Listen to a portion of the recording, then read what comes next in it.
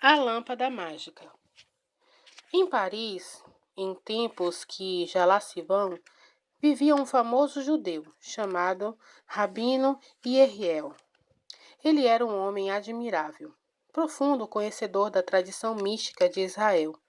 Estudava a Cabala, a ciência oculta dos hebreus. O povo costumava dizer que ele era um antigo mestre de encantamentos e magia, e de fato acreditava-se que fosse capaz de realizar milagres por meio das fórmulas correntes entre os cabalistas. Certas pessoas chegavam a ponto de dizer que ele era um mago, pois aconteciam coisas estranhas em sua casa. E ele não tinha uma lâmpada mágica? Na verdade, ele nunca comprava azeite e naqueles bons velhos tempos, essa era a única forma de iluminação. A história de que o rabino Yeriel possuía uma lâmpada mágica correu de boca em boca, até que chegou aos ouvidos do rei da França. A história parecia tão extraordinária que o rei resolveu verificar por si mesmo se eram simples boatos sem fundamento ou se o rabino possuía mesmo uma lâmpada maravilhosa. Ordenou aos seus súditos que fossem buscar o rabino e o trouxeram à presença real. Yeriel, ao entrar no salão do trono onde estava o rei, fez uma profunda reverência e permaneceu em pé diante de sua majestade. O rei saudou-o com cordialidade e convidou-o a sentar.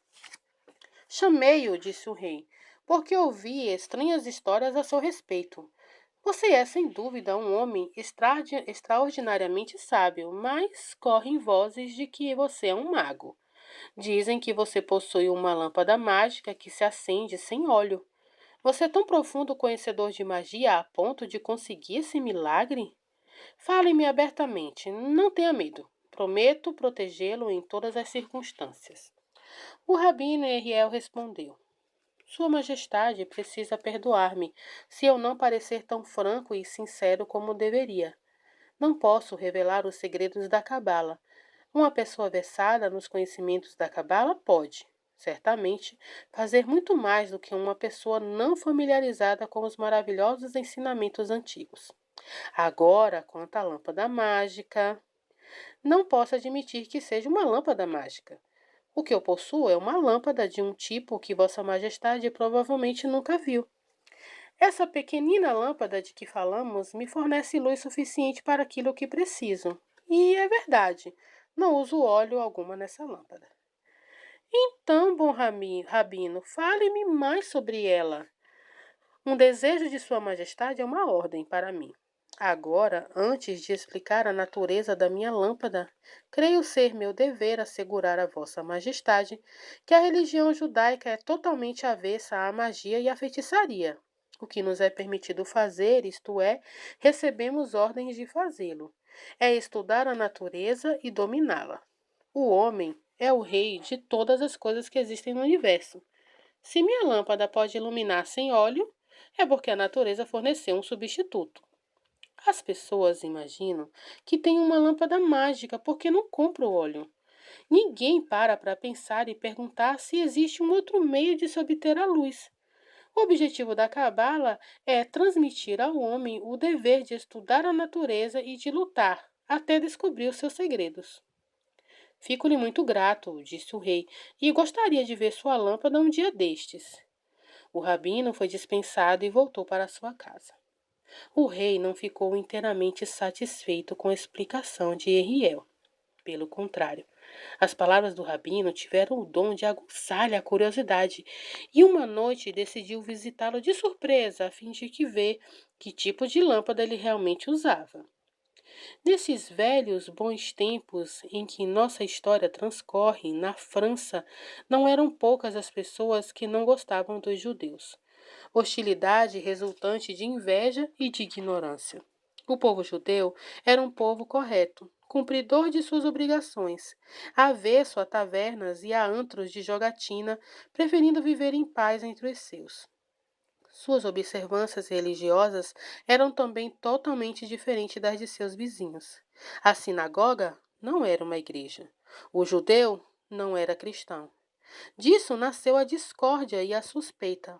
Os rufiões urbanos transformaram isso em matéria de capital importância e estavam sempre prontos a pilhar o gueto. bairro em que residiam os judeus.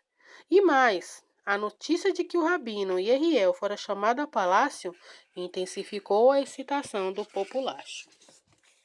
Todo mundo queria ver a lâmpada mágica.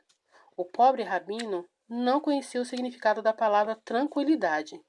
Suas aulas eram constantemente interrompidas. Começava a preleção e, ora, uma batida na porta. O rabino corria a abrir a porta e dava com um inútil ocioso pedindo para ver a lâmpada mágica.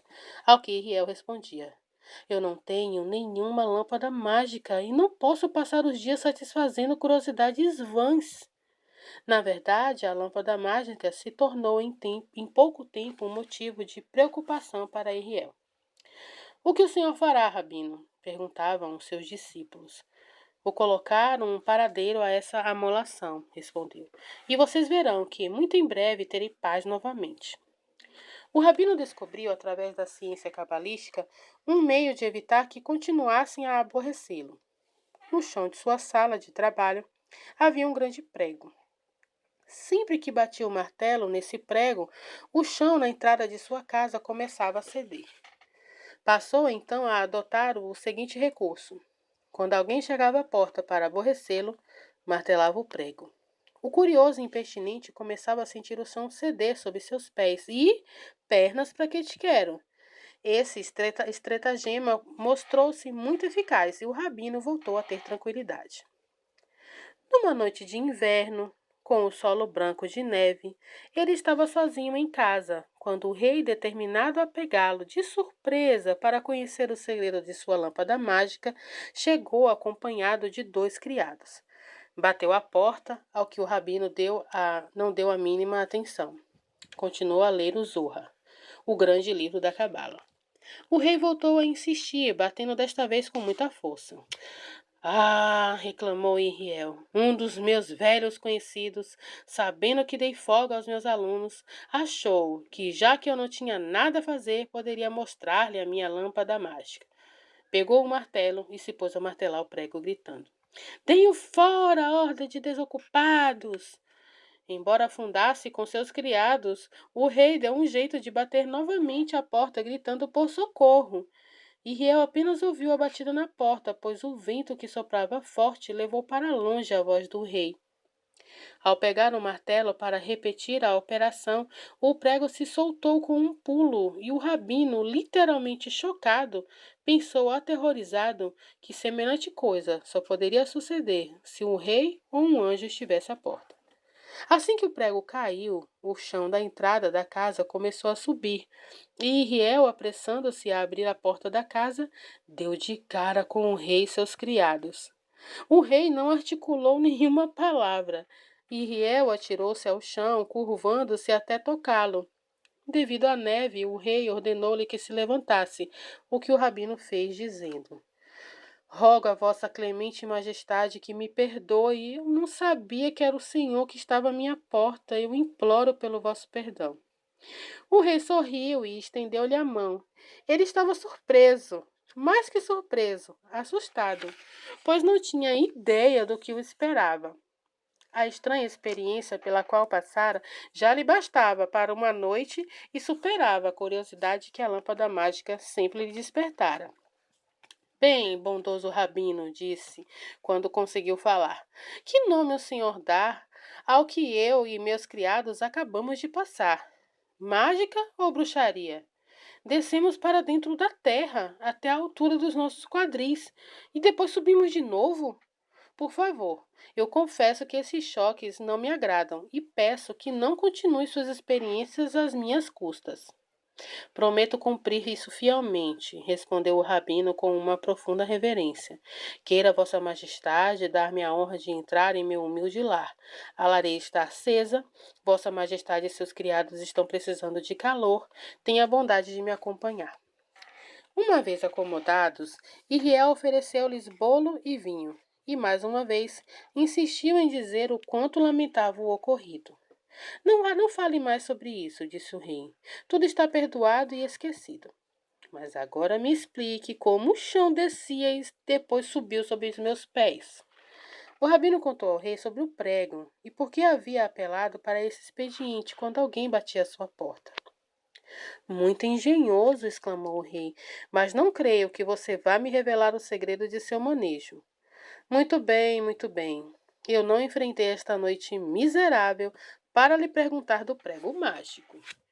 Posso saber, majestade, porque o senhor me honrou com sua magnânima presença, sobretudo numa noite como esta? Ouço o vento uivar lá fora e há muita neve caindo. Sua majestade tinha certamente um bom motivo para vir à minha casa, onde, como bem viu, é arriscado entrar.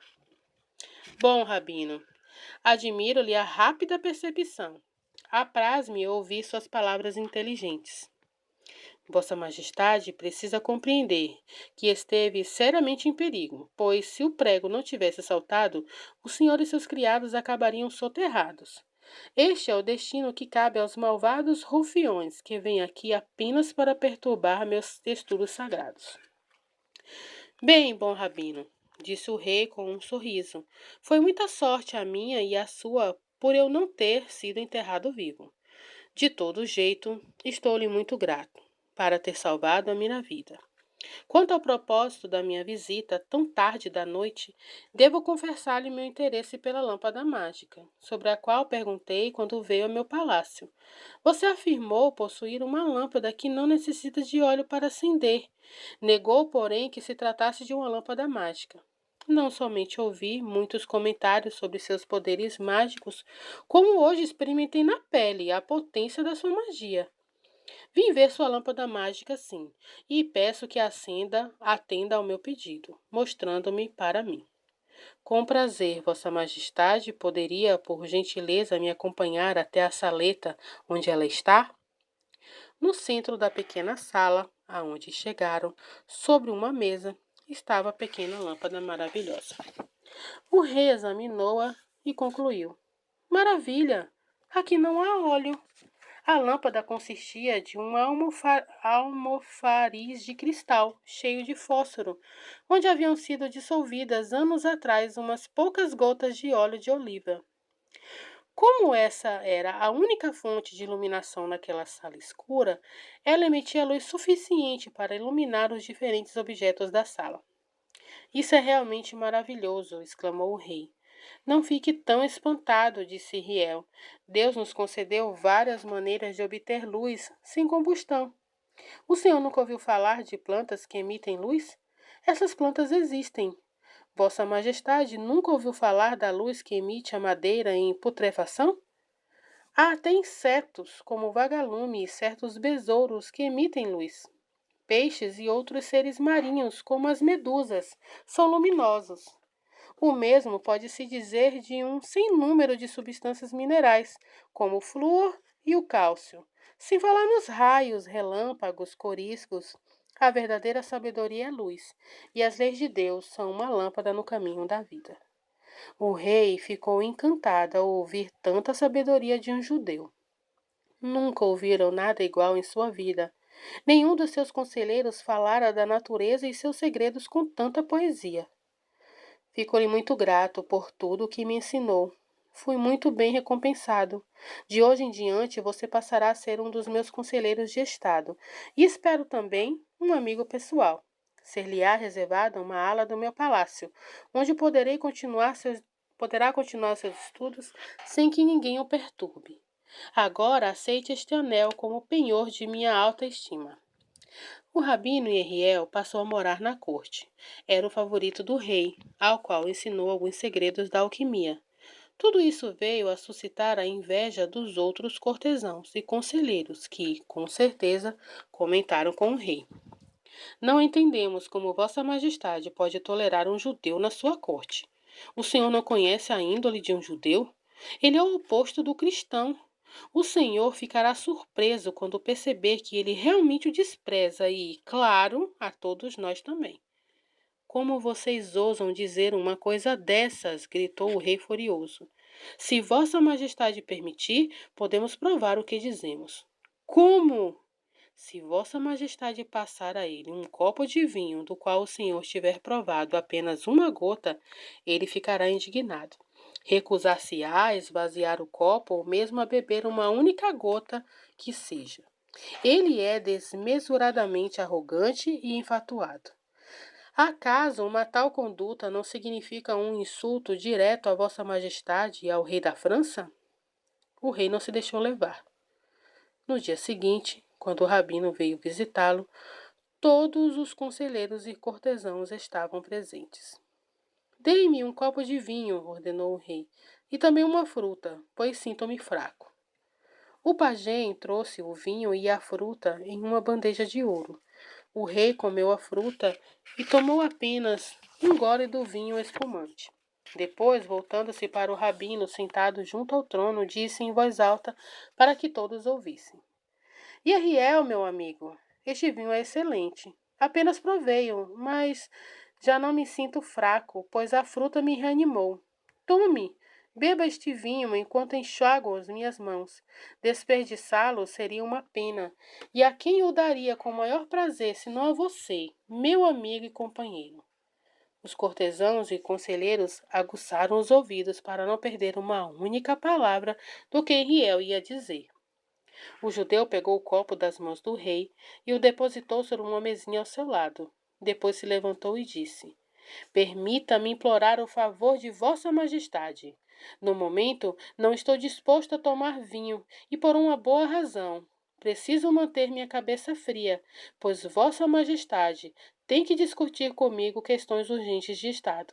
Mas não pense que eu não tenha ficado profundamente sensibilizado com a grande honra que me conferiu, pedindo-me que bebesse o vinho que o Senhor reputou tão excelente.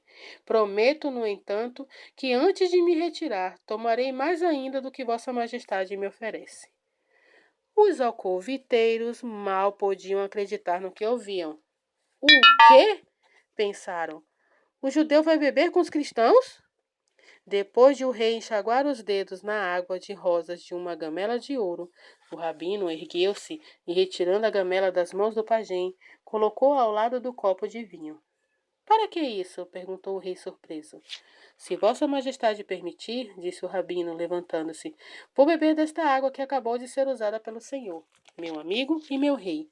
Eu posso beber desta água, pois as mãos de um rei justo e bom estão sempre limpas. E sendo assim, esta água está tão pura como quando foi trazida para Vossa Majestade.